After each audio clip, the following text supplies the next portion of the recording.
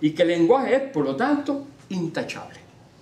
Pues lo inmundo no es otra cosa que aquello que nace de nuestra ignorancia y de la estupidez de nuestras acciones, razón por la cual nace la necesidad de hablar de Dios, del mal, del pecado original, de la caída y de la miseria e imperfección de la existencia, o incluso del absurdo o falta de sentido de la vida. Después de todo, es una misma lógica la que sustenta el ateísmo y el teísmo. Con razón ha dicho Lacan que el ateísmo se nutre de la existencia de los clérigos. El ideal de un metalenguaje supone una matesis universalis, a partir del cual se generan modelos formales y lógicos matemáticos, para así obtener la garantía del rigor analítico y ponernos a salvo de las imperfecciones del lenguaje natural y el sinsentido meaningless de los enunciados de la tradición filosófica o metafísica. Me pregunto, y es una pregunta, si acaso no sería más fecundo y conveniente ver en tales propuestas, sean místicas o teológicas, lógicas o lingüísticas, una manera de la poesía, en tanto que fuerza creadora en virtud de la cual ocurre la imbricación del pensamiento y del lenguaje. De nada sirve decir que todo es poesía, eso es una sandez. Bueno, no sigo. Pero sí afirmar,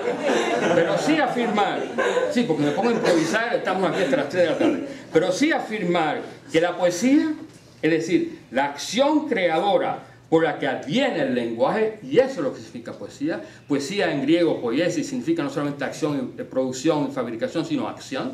Es muy importante no perder eso de vista. La acción creadora por la que adviene el lenguaje y el silencio que lo habita es justamente la matriz del pensamiento. El principio no es el verbo. El principio, arge, es el silencio de lo indiscernible que gobierna la invención del lenguaje. Solamente desde el lenguaje se puede pensar o concebir la ficción de un más allá del lenguaje. Si los límites del lenguaje son los límites del mundo, Wittgenstein dice, ese sentido de los límites no hace más que indicar de una parte el confinamiento de la condición humana como animal hablante y de otra el hecho de que el silencio que habita el lenguaje no deja abismarse en lo ilimitado que desborda la condición humana.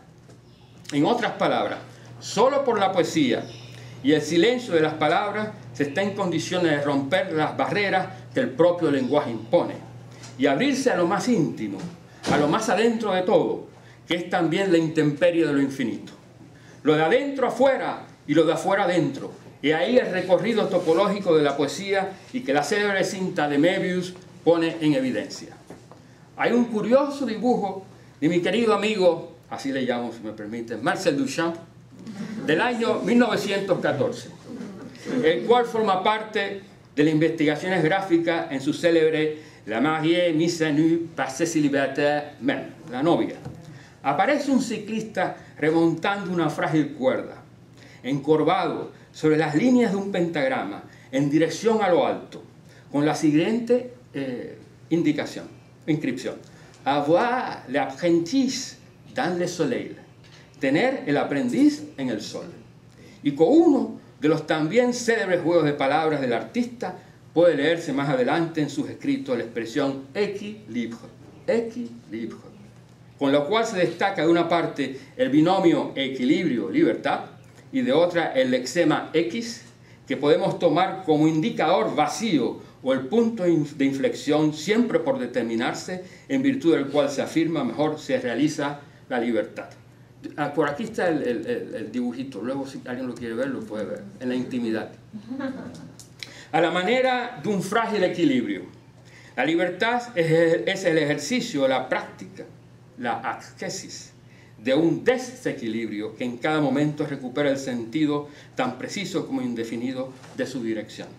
De esta manera se puede concebir el conjunto de este dibujo con sus inscripciones, incluyendo el detalle fundamental del papel musical como el emblema de la poiesis y de la libertad entendida. Y esto es fundamental porque la palabra libertad, hay muchas maneras de entenderla, aquí la entiendo como autodesprendimiento y olvido de sí. Hagamos ahora los siguientes planteamientos.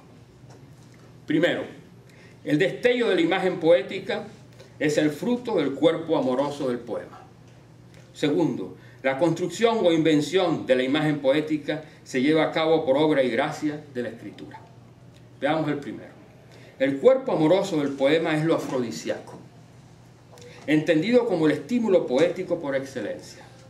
El mito de la diosa del amor, Afrodita, Venus, nacida del mar y fecundada con la espuma del líquido seminal, producto este a su vez de la castración de Uranos, el dios de los cielos, pone en evidencia la constelación simbólica del amor, la belleza, el deseo, el padecimiento y la insatisfacción. Ningún amor es eterno, ni siquiera el de los inmortales. El abrazo perenne del cielo sobre la madre tierra necesita dar paso al aire que se respira, a la atmósfera de la separación, o mejor, de lo discernible. Podemos adoptar estos elementos míticos para caracterizar la composición poética, enfatizando el hecho de que todo poema articula y saca a relucir un aspecto de lo real. Esa sería lo que yo voy a llamar eventualmente la dimensión ontológica del poema. Por otra parte, lo afrodisíaco también apunta a lo femenino del cuerpo amoroso del poema y a la excelencia en virtud de las imágenes poéticas.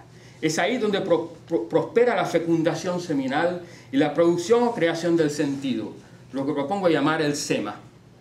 Este término, muy interesante por cierto, lo tomamos de la lingüística, para dar a entender que la significación del lenguaje poético, en vez de reducirse a la interpretación convencional del signo lingüístico, nos remite más bien a una subversión de la relación significado y significante, por lo que aflora una profunda transformación de nuestras percepciones y de nuestra manera de entender el mundo.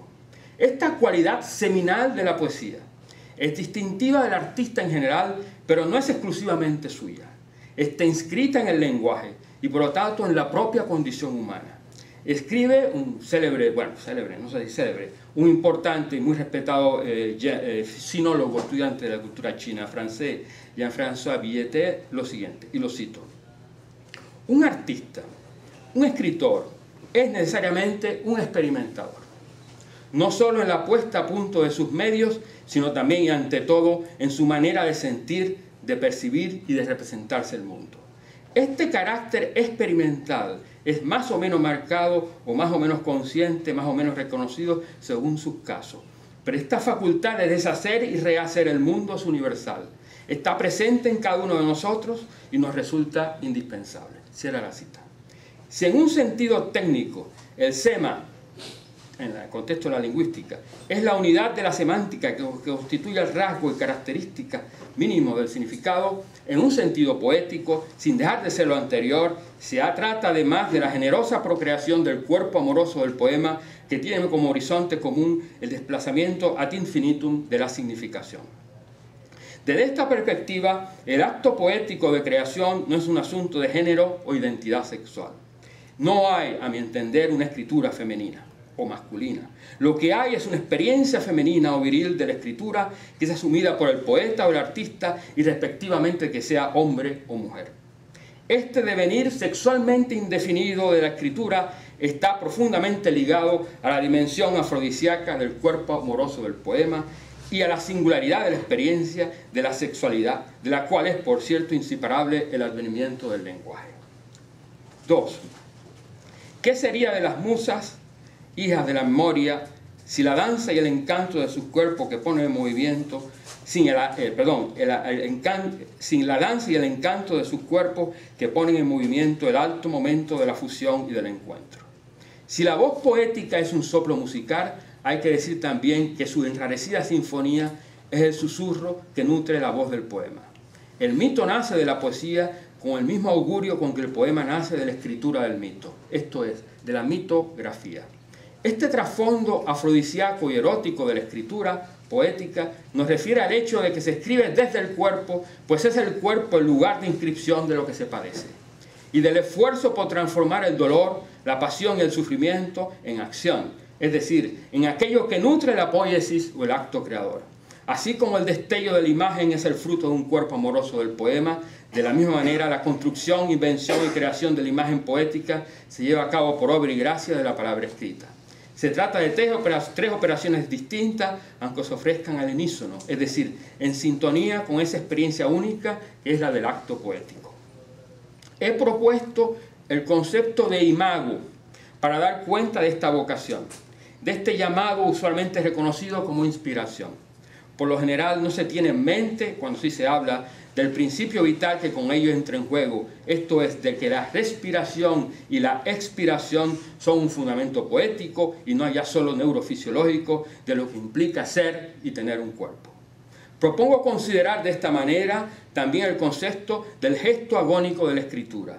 En efecto, el acto de escribir es el ámbito estricto de la experimentación con las imágenes poéticas.